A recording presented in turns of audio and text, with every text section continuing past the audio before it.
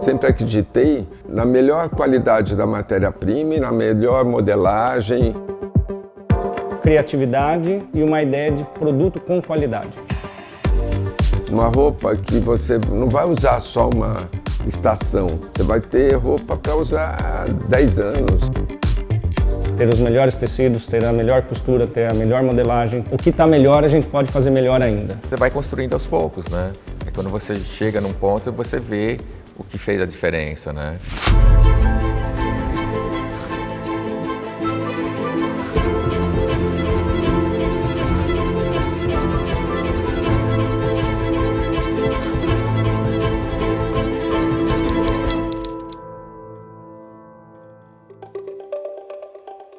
Aos 11 anos eu trabalhei muito com meu pai só nos natais, né, fazendo pacote de presente, né, na loja, né. Passei a atender no balcão, fazer venda. Eu tive a sorte de ter aprendido tudo isso e poder ter usado depois no meu negócio.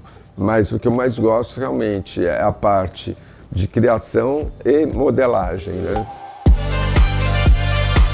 Eu conheci o Ricardo quando ele estava começando, eu também, né? Então foi uma coisa, um processo junto, assim, né?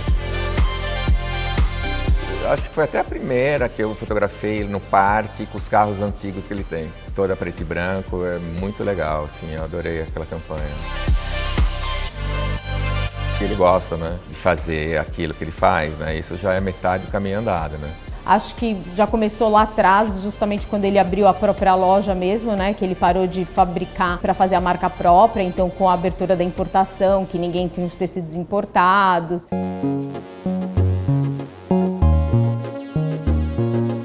Em 90, eu fiquei sabendo que ia abrir as importações e eu já viajei para comprar esses tecidos. Os tecidos nacionais não chegavam aos pés dos tecidos importados, os tecidos italianos, que para mim são os melhores. Muito lojista não entendia por que uma peça que custava 10 vai custar 20, porque não entendia o porquê. Ele quer sempre ter o melhor tecido, a melhor qualidade, não importa se ele vai ter que vender mais caro, importa que ele vai ter o melhor produto. Não adianta eu querer fazer uma roupa que não tem o tecido, o acabamento, a modelagem boa, querer vender um preço de um tecido italiano super top, com modelagem diferenciada, com acabamento, que aí não vai acontecer. A partir do momento que o homem entende a diferença da modelagem do que ele está vestindo, da textura do tecido, do brilho que tem a ver com a qualidade do fio, a hora que ele passa a entender isso, é aí que a gente consegue mostrar nosso trabalho. A gente pensou em montar uma loja futurista. As pessoas entravam na loja, não sabiam ainda muito o que tinha muita roupa colorida. Ninguém tinha isso no shopping, era só o Ricardo, que ele já inovava já nessa época. Ali ele já começou um movimento dele, né, de mostrar o que é Ricardo Almeida, né, de estar sempre inovando. Era todo de metal inox com vidro de cristal, bem espaçonave. O provador se abria com um botãozinho que a porta rodava, fechava, fazia um barulhinho, como se você estivesse entrando numa nave mesmo espacial. Com super som interno em cada provador, com Sonex em tudo, com subwoofer. Onde ficavam os manequins eram aqueles discos presos com fios cabos de aço. É muito legal trabalhar com meu pai, estar envolvido com ele, sempre acompanhei ele desde pequeno. Eu já morei no ateliê com ele, então eu vi ele sempre na correria, comprando tecido, indo para as feiras, lá fora quando eu viajava com ele também. É bom ter ele assim perfeccionista. Então ele faz você chegar no mais perfeito possível e aí acho que isso cria uma certa também diversão de fazer o que você está fazendo, de ter essa relação. Tudo tem que estar tudo alinhado, perfeito, para ele falar agora sim.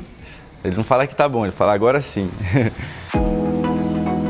Às vezes, para mudar uma modelagem de uma camisa, eu faço umas 500 camisas. Já chegou a gente ter um cliente provar roupa, já para levar quase, faltando 2 dias, 3 para o casamento, e ele não gostou da roupa, ele fez uma roupa para o dia seguinte.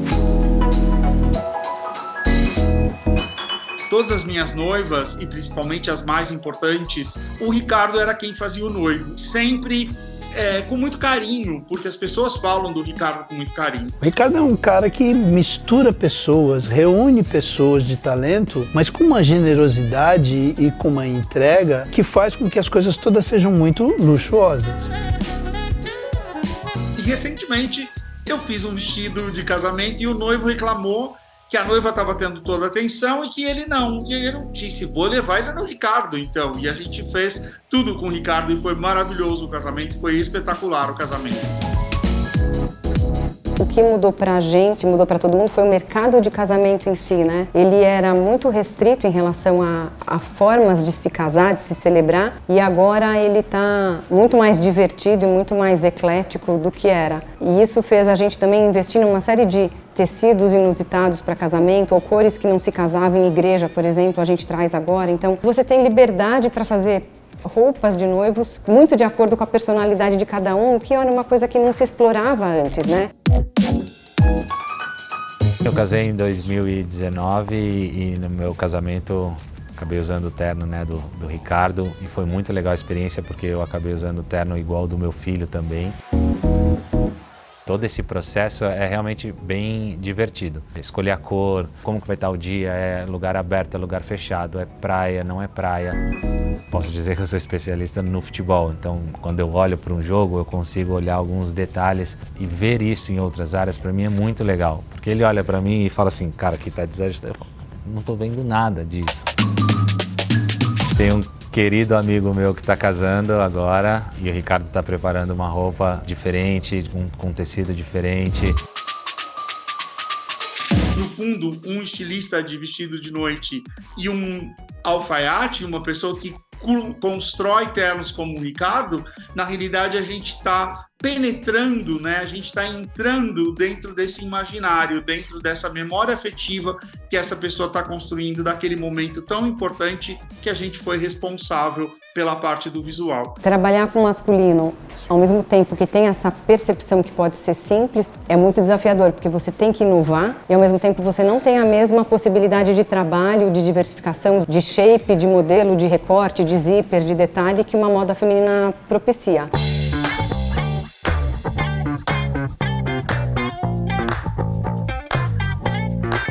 Quando eu abri minha loja em 91, eu fazia masculino e feminino. Agora o Ricardo, ele reviu todas as modelagens estruturais e ele está acertando todas as bases que a gente fala, que é o começo de uma marca, né? O começo de uma linha de produto.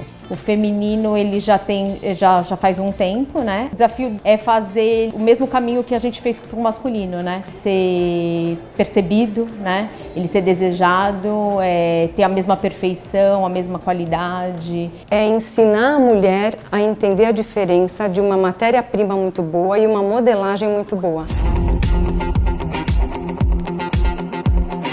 A partir do momento que a gente conseguir ensinar a nossa cliente a entender isso, eu acho que a nossa alfaiataria vai realmente fazer uma diferença no guarda-roupa feminino. O Ricardo está podendo agora criar a marca dos filhos dele, realmente pôr força no feminino. Então eu acho que esse foi o principal rebalanço para que a gente tenha esse futuro que eu acredito que vai ser maior do que esse que a gente já teve até aqui. Mas com uma loja na Bela Sintra e a loja lá na cidade de Matarazzo. Requintado assim, com a mesa de sinuca, com a de ping-pong, com o bar, o equipamento de som da Voit, com o estúdio de novo, né? Com hora marcada, igual era quando eu comecei lá atrás. Ele construiu uma marca que nacionalmente conhecida e referenciada, né? E é muito incrível, né? Você ver uma pessoa começar do nada e chegar onde ele chegou, né?